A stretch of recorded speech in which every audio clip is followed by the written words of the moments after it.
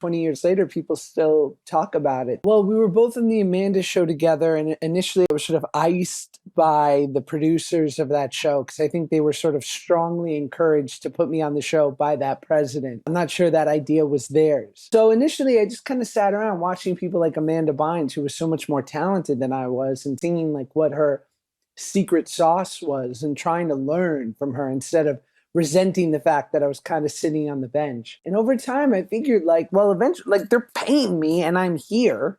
So I imagine they'll give me a shot. And they did, and it worked out in my favor. And so when Nickelodeon needed a new buddy comedy, Drake and I were just a really good option.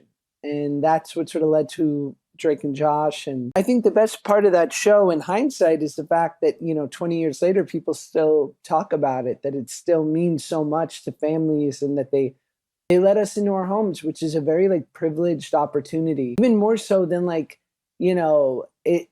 everyone wants to be in the gigantic Marvel movie or like the big, huge blockbuster, but there's something special about having a show that like the whole family can sit around and like watch in their living room. It's very intimate.